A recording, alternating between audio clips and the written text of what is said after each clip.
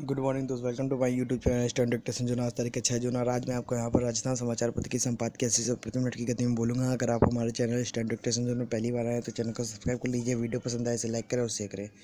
तो ये राजस्थान समाचार पत्र संपादकीय 80 से प्रति मिनट स्टार्ट होगी 5 सेकंड बाद।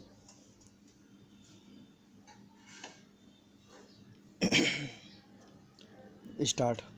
कृषि उत्पादों को आवश्यक वस्तु अधिनियम से बाहर करने का फैसला ऐसे समय लिया गया है जब पूरी दुनिया में उद्योग केंद्रित विकास के मॉडल पर सवाल उठ रहे हैं। गौरतलब यह भी है कि कुछ दशकों से औद्योगिक प्रगति के कारण गांवों से शहरों में पलायन देखने को मिल रहा था।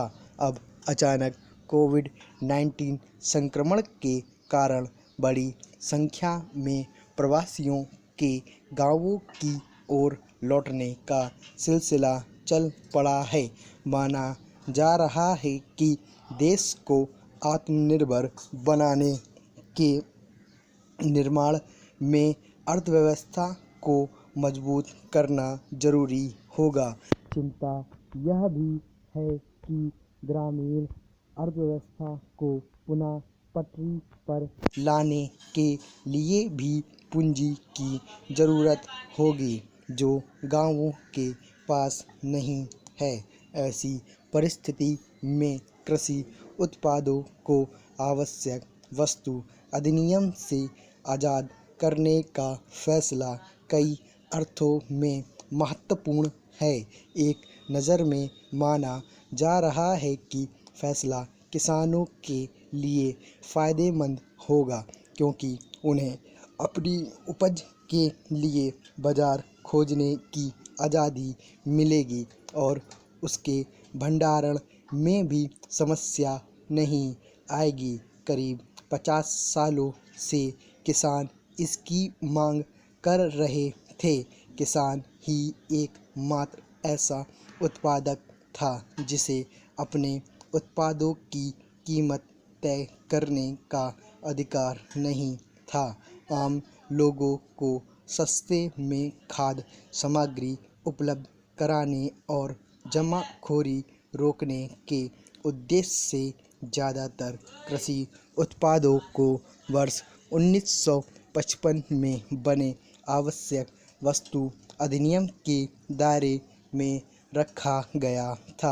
अधिनियम ने अपना उद्देश्य भले ही पूरा किया हो, पर किसान बदहाल होते गए और खेती अलाभकारी होती गई।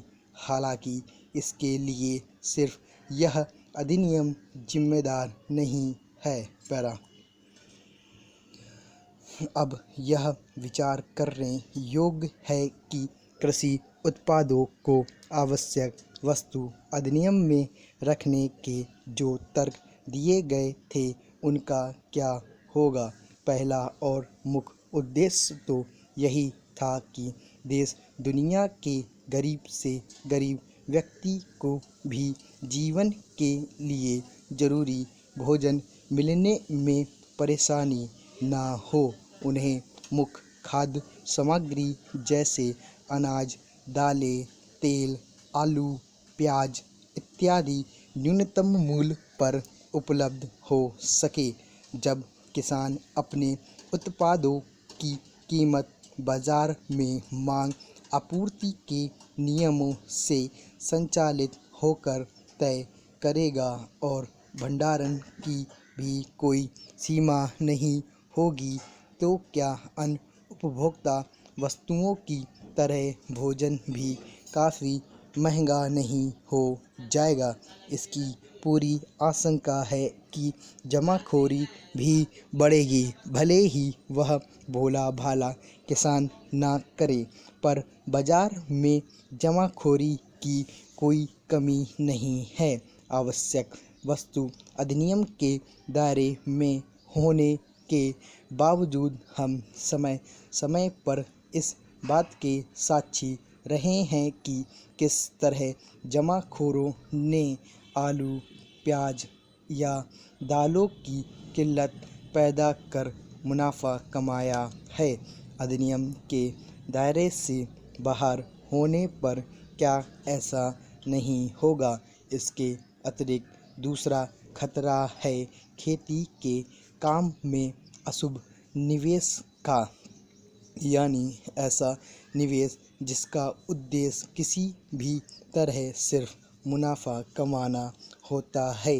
कहीं ग्रामीण अर्थव्यवस्था को मजबूती देने के नाम पर गांवों में अशुभ निवेश का रास्ता तो नहीं खोल दिया गया, जो अब तक शहरी अर्थव्यवस्था या औद्योगिक विकास की नींव में इस्तेमाल होता रहा है। डर यह है कि किसान कहीं फिर ठगे ना जाए। सरकार को चाहिए कि इन चिंताओं का समाधान करे। स्टॉप। तो आपकी यह संपादकीय पूरी होगी। आशा करते हैं आप लोगों ने अच्छी तरीके से लिखा होगा। Thanks for watching this video.